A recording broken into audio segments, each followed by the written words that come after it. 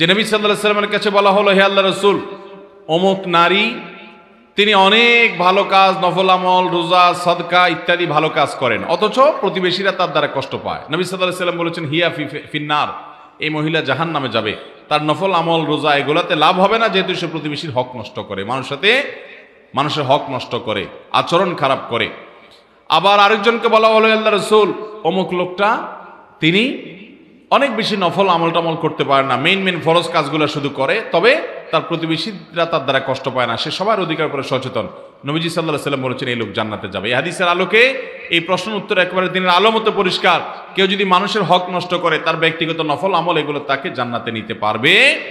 এই জন্য আমাদের নফল আমলের পরিমাণ কম হোক, কিন্তু কারোর অধিকার নষ্ট করব না, প্রতিবেশীর সাথে ব্যবহার খারাপ করব না, তাকে কষ্ট দিব না, তার জায়গাতে জুলুম করব না, এবং আত্মীয় স্বজনের সাথে সুসম্পর্ক বজায় রাখবো, কাস্টমারের হক নষ্ট করব না।